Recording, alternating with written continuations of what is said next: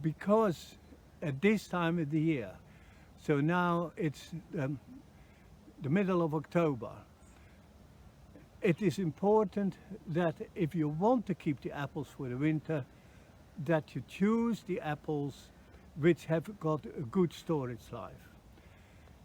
Now, how do we know which apples will have a good storage life? Well, there is a fantastic book published by the Royal Horticultural Society, and it is put together by Rosie Saunders, and it's called the Apple Book. And it's absolutely fantastic, 10 out of 10. And I'm just going to tell you my own experience of how to use that book and then get a reasonable result of accuracy.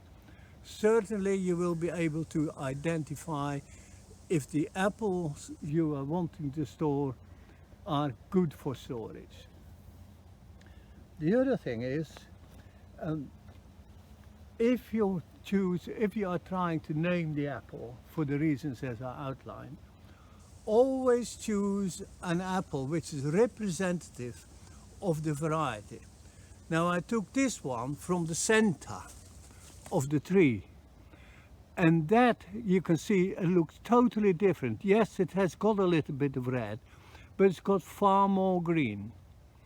And so by choosing the apples and using Rosie Saunders' apple book, choose 4 or 5 apples and then choose the one which is most representative of the actual tree.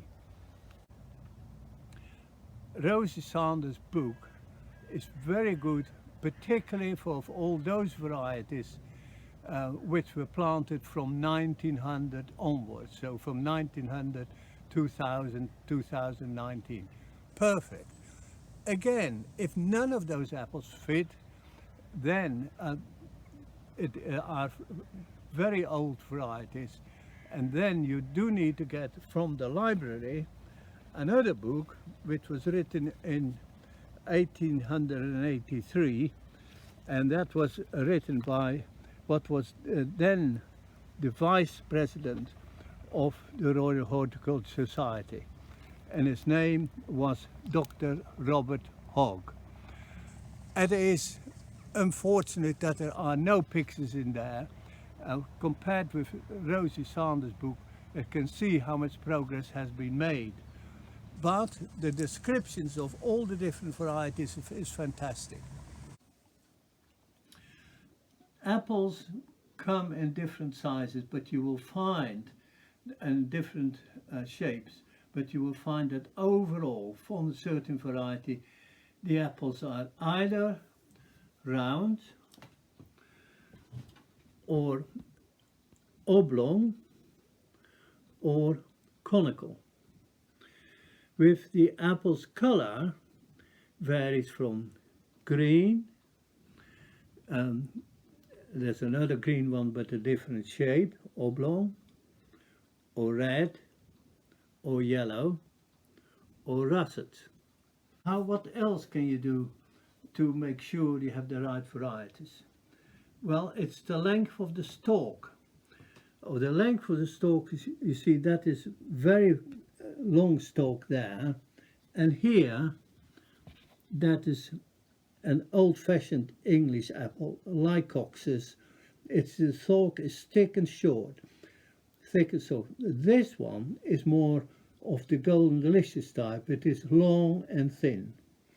So also what is important is that the actual basin of the tree apple is different. And so in the books of Rosie Saunders, she will describe exactly what it is, and so that is another point of identification. Another point of identification is the actual eye. That is the eye. Some of them are deep eyes and other eyes are very shallow. That's a shallow one. So that's another way of looking at it. Then there is the so-called cavity, and the cavity is round there. Now this is a deep cavity. You can see the stalk is really deep in there, and this is a shallow cavity.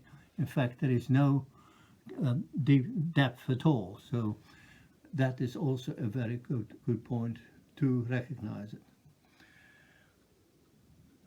Finally, and this is what I always do myself, once you have looked at all those different points, and they're highlighted in Rosie Saunders' book, if you looked at all those different points, take the trouble to take an apple and bite in it and taste it. And the taste of apples, they're all different. And taste it again, and that will give you a very good indication.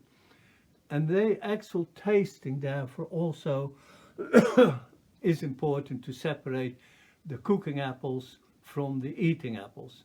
A cooking apple is sour, an eating apple is sweet or nearly sweet. I hope this will help you to identify your fruits in the garden. Thank you for watching.